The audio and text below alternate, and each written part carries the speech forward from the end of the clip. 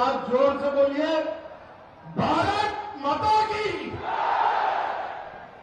अरे भाई, ये उत्तर बंग वालों की आवाज को क्या हो गया है? कलकत्ते में ममता दीदी तक हमारी गूंज जानी चाहिए। दोनों हाथ उठाइए, परिवर्तन के संकल्प की मुट्ठी भींचिए और प्रचंड आवाज से बोलिए, भारत माता की, भारत माता की। मंच पर उपस्थित हमारे सांसद और प्रदेश अध्यक्ष श्रीमान सुकांत मजूमदार जी, बंगाल विधानसभा में प्रतिपक्ष के नेता शुभेंदु अधिकारी जी, भारतीय जनता पार्टी के राष्ट्रीय उपाध्यक्ष और पूर्व अध्यक्ष दिलीप घोष जी, केंद्रीय मंत्री निशित प्रामाणिक जी, जॉन बाला जी, मंच पर उपस्थित सारे सांसद और विधायकगण, भारतीय जनता पार्टी के पदाधिकारीगण और आज उत्तर बंग की ये विराट जनसभा में आए हुए सभी मेरे प्यारे भाइयों, बहनों, माताओं और मेरे जिगर के टुकड़े जैसे युवा मित्रों को मेरा प्रणाम। मित्रों, आज बहुत समय के बाद, 1 साल के बाद मैं बंगाल की भूमि पर आया हूं।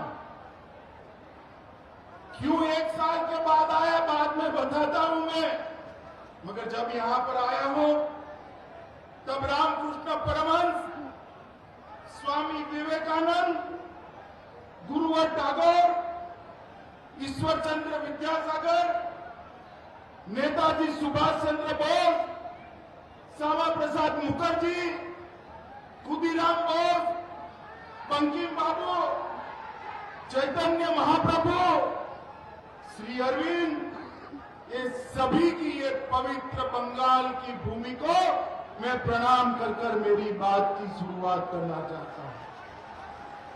भाइयों बहनों, आज मैं उत्तर बंगाल में आया हूं तब ठाकुर पंचानन वर्मा, स्वर्गीय जगत दीपेंद्र नारायण जी, उनको भी प्रणाम कर कर मेरी बात की शुरुआत करना चाहता हूं। मित्रों, उत्तर बंग की ये भूमि आनंदमय भट्टाचार्य, देवेश रॉय, श्रीमती मंटू घोष, लुई बैंक्स, भगत बहादुर बुढ़ापीर जी और श्रीमान गंभीर नेपाली की भूमि है। ये भूमि को मैं प्रणाम कर कर मेरी बात की शुरुआत करना चाहता हूं। मित्रों, आज जब मैं यहाँ आया हूं तब सबसे पहले उत्तर बंग और पूरे बंगाल की जनता का बहुत बहुत धन्यवाद करना चाहता हूं। मित्रों, हृदय से धन्यवाद करना चाहता हूं, क्योंकि गत चुनाव में, विधानसभा चुनाव में जब हम मैदान में उतरे तब हमारे पास 3 सीटें थी, सिर्फ 3 सीटें। आप लोगों ने भारतीय जनता पार्टी को 3 से बढ़ाकर 77 सीटों का विजय दिलाया। इसके लिए बंगाल की जनता का मैं धन्यवाद करना चाहता हूं। भारतीय जनता पार्टी को विधानसभा चुनाव में 2,88,00,000, मैं फिर से बोलना चाहता हूं, 2,28,00,000 वोट देकर आपने गांव-गांव में भारतीय जनता पार्टी को मजबूत किया है। पूरे देश भर की भारतीय जनता पार्टी बंगाल की जनता की ऋणी है। मित्रों, आप सबने, बंगाल की जनता ने एक मैंडेट दिया कि तीसरी बार ममता दीदी को मुख्यमंत्री बनाइए। हम तो लोकतंत्र में विश्वास करने वाले लोग, ये मैंडेट को हमने माना। हम सोचते थे मां, माटी और मानुष का नारा देने वाली दीदी जब 3 बार बंगाल की जनता मुख्यमंत्री बनाई, तब अब तीसरी बार सुधरेगी, वो सुधर जाएगी, ऐसा हम मानकर चलते थे। 1 साल तक राह दिखा। बंगाल के लोगों बताइए, आज बंगाल के अंदर अत्याचार कम हुआ है क्या? जोर से बोले, हुआ है क्या? कटमनी बंद हुआ है क्या? भ्रष्टाचार बंद हुआ है क्या? सिंडिकेट का राज बंद हुआ है क्या? भाजपा के कार्यकर्ताओं की हत्या बंद हुई है क्या?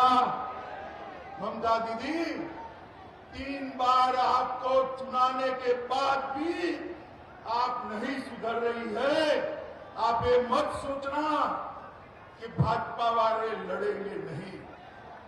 मैं आज यहां उत्तर बंग की भूमि पर कहकर जाता हूं, जब तक आप बंगाल की जनता पर अत्याचार, भ्रष्टाचार, कटमनी और सिंडिकेट का राज समाप्त नहीं करेगी, भारतीय जनता पार्टी आपके खिलाफ अपनी लड़ाई चालू रखेगी और उसको परिणाम तक हम पहुंचाएंगे। आप क्या सोचते हो कि बंगाल के गरीबों का अधिकार आप लूटोगे और भारतीय जनता पार्टी चुप रहेगी? संभव ही नहीं। हम तो मोदी जी के नेतृत्व में सोनार बांग्ला का स्वप्न लेकर बंगाल के अंदर निकले।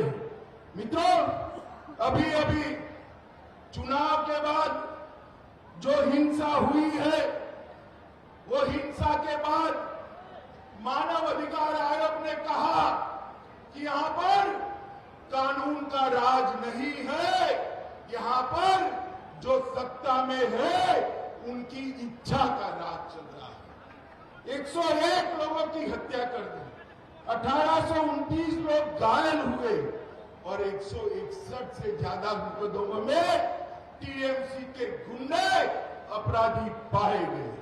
माताओं, भाइयों, बहनों, आज मैं प्रदेश भर के भारतीय जनता पार्टी के कार्यकर्ता को कहकर जाता हूं, डरिएगा मत। ममता दीदी के अत्याचार तो बहुत कम है। हम केरल से लेकर पूरे देश में 1950 से राष्ट्रवाद के आधार पर राजनीति करते हुए आए हैं। हमें कोई रोक नहीं सकता। बंगाल में भी बीजेपी को बढ़ने से कोई रोक नहीं सकता। राजनीति करते हुए आए हैं। 22 मार्च से लेकर अब तक 181 राजनीतिक हिंसा की घटनाएं हुई और सुप्रीम कोर्ट ने कड़ी टिप्पणी के बाद सीबीआई को 64 बलात्कार के मामले और 52 हत्या के मामले सौंपने पड़े।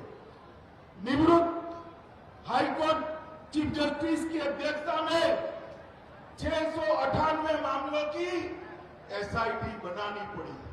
और दीदी, देश भर में कुछ भी होता है, यहां से डेलीगेशन भेजती है, टीएमसी का डेलीगेशन भेजती है।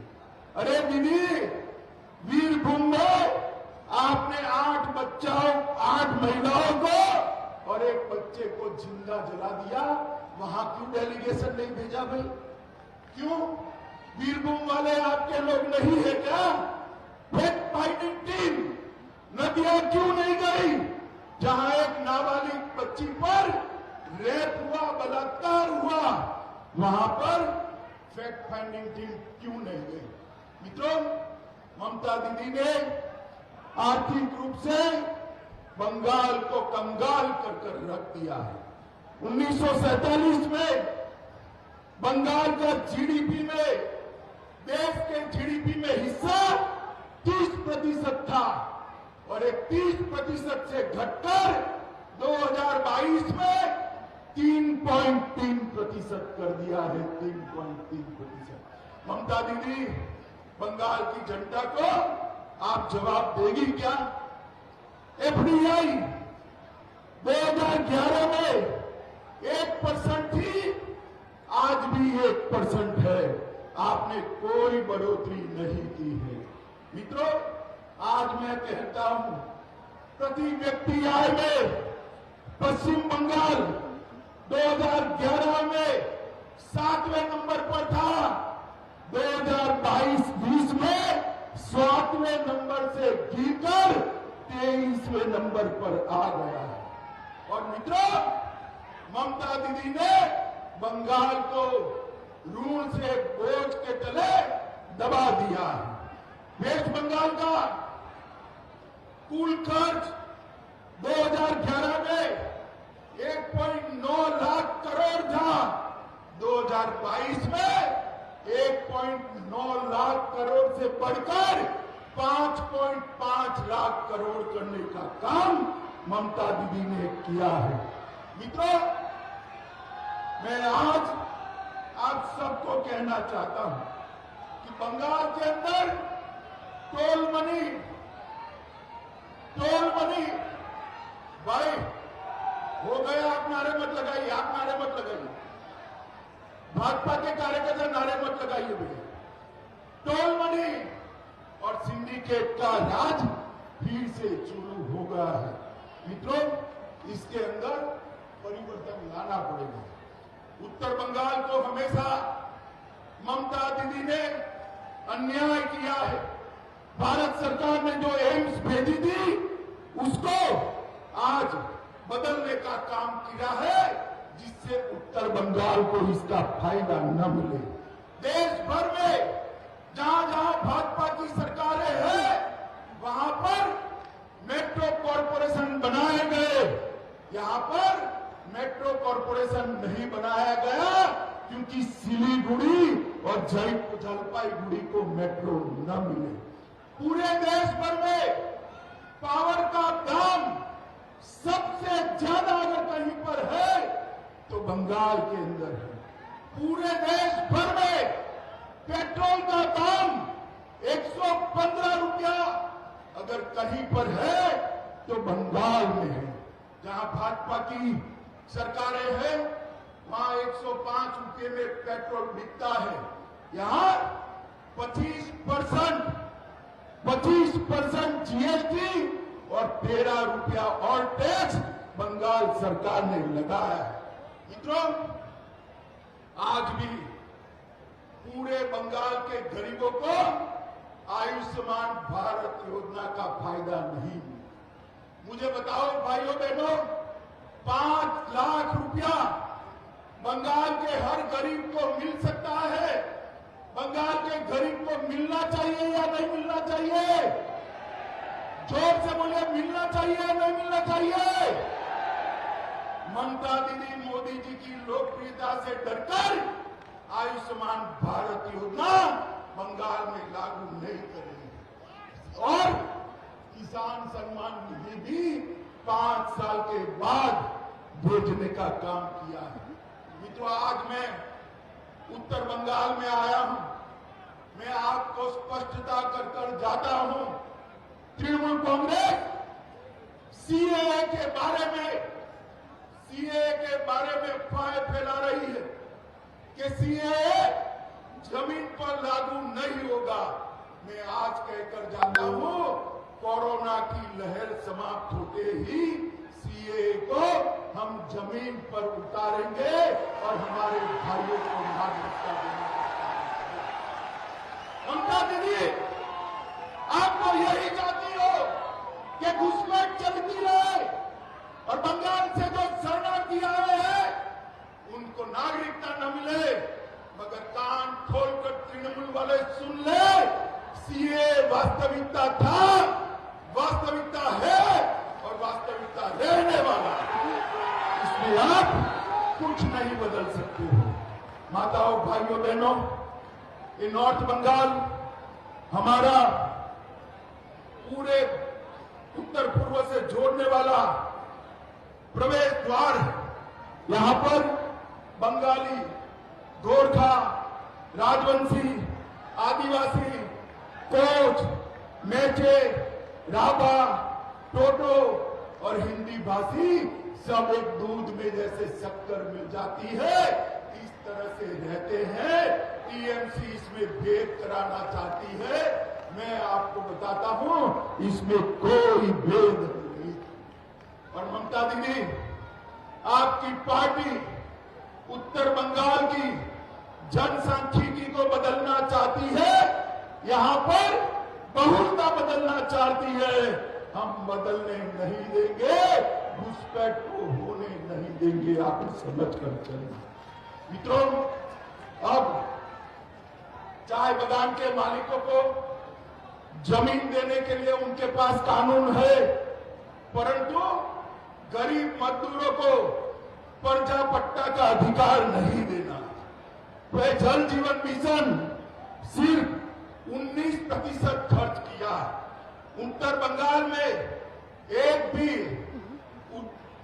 बड़ा उद्योग नहीं लाए। राजवंशी, आदिवासी और गोरखा भाइयों के लिए आपने बटालियन बनाने का वादा किया था ममता दीदी, क्या हुआ? जरा हिसाब मेरे राजवंशी और गोरखा भाइयों को दीजिए। माताओं, भाइयों, बहनों, तृणमूल कांग्रेस की एक सोची समझी बोलकर घूम जाने की आदत रही। अब सब लोग इससे जानते हैं। मोदी जी ने देश भर में 80 करोड़ लोगों को, मेरे साथ जोर से ताली बजाकर स्वागत करना, मोदी जी ने देश भर में 80 करोड़ लोगों को 2 साल से 5 किलो अनाज प्रति माह प्रति व्यक्ति फ्री ऑफ कॉस्ट। और ममता दीदी मोदी जी के भेजे हुए थैलों पर अपना फोटो चिपका रही है। बंगाल वाले नहीं जानते हुए थे। मुझे बताओ, बंगाल के भाइयों बहनों, टीका फ्री ऑफ कॉस्ट किसने दिया? जोर से बोलो, मोदी जी ने दिया या दीदी ने दिया? जोर से बोलो, किसने दिया?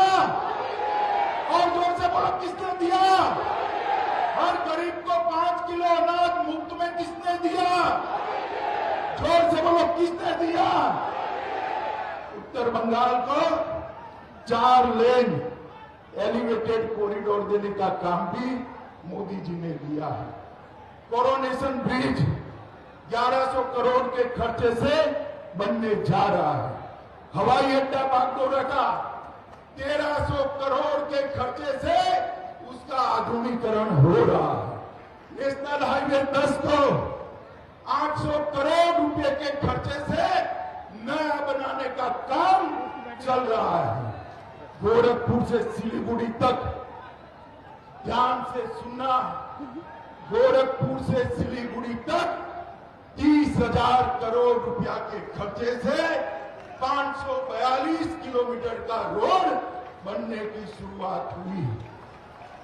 सेवक रंगपुर रेल लाइन हमने शुरू किया है और इंटीग्रेटेड चेक पोस्ट भी बनाया है। मित्रों, न्यू जलपाईगुड़ी रेलवे स्टेशन का विकास 350 करोड़ रुपया से भारतीय जनता पार्टी की सरकार करने वाली है। और पूरे बंगाल में लगभग 4,000 करोड़, 4,400 किलोमीटर रेलवे 55,000 करोड़ के खर्चे से मोदी जी ने बनाना शुरू किया है। पर्यटन एक्टिविटी के लिए पर्वतमाला योजना के तहत ये राजू यहां बैठा है, राजू जोर से ताली बजाना, दार्जिलिंग को इसमें कवर कर दार्जिलिंग के पर्यटन को बढ़ावा देने की बात करें। गोरखा भाइयों बहनों को भी दीदी हमेशा गुमराह करती। मैं आज मेरे गोरखा भाइयों बहनों को कहने आया हूं, अगर कोई एक पार्टी है जो गोरखाओं के हित में सोचती है तो केवल और केवल भारतीय जनता पार्टी। हमने कहा है कि संविधान की मर्यादाओं के तहत सारी समस्याओं का स्थायी राजनीतिक समाधान ढूंढ लिया जाएगा। दीदी, जीटीए चुनाव से गोरखाओं की समस्याओं का समाधान नहीं होने वाला है, आप समझ कर रखिए।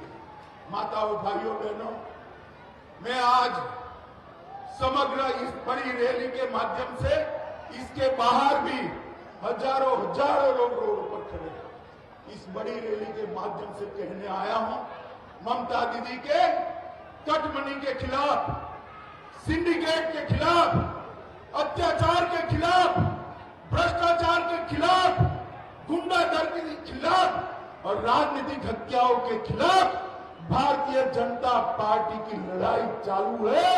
भारतीय जनता पार्टी तब तक चैन से नहीं बैठ सकती जब तक टीएमसी के अत्याचारी शासन को हम उखाड़ कर फेंक नहीं देते। भाइयों बहनों, 1 साल का मौका दिया था उनको, 1 साल का, सुधर जाइए, मगर नहीं सुधरे, 7वें आसमान पर रहते हैं। मैं उनको कहने आया हूं, अच्छों का मिजाज जनता बदल देती है भाई, ये लोकतंत्र है। बदल सकते हो या नहीं बदल सकते हो आप? जोर से बोलो, बदल सकते हो या नहीं बदल सकते हो?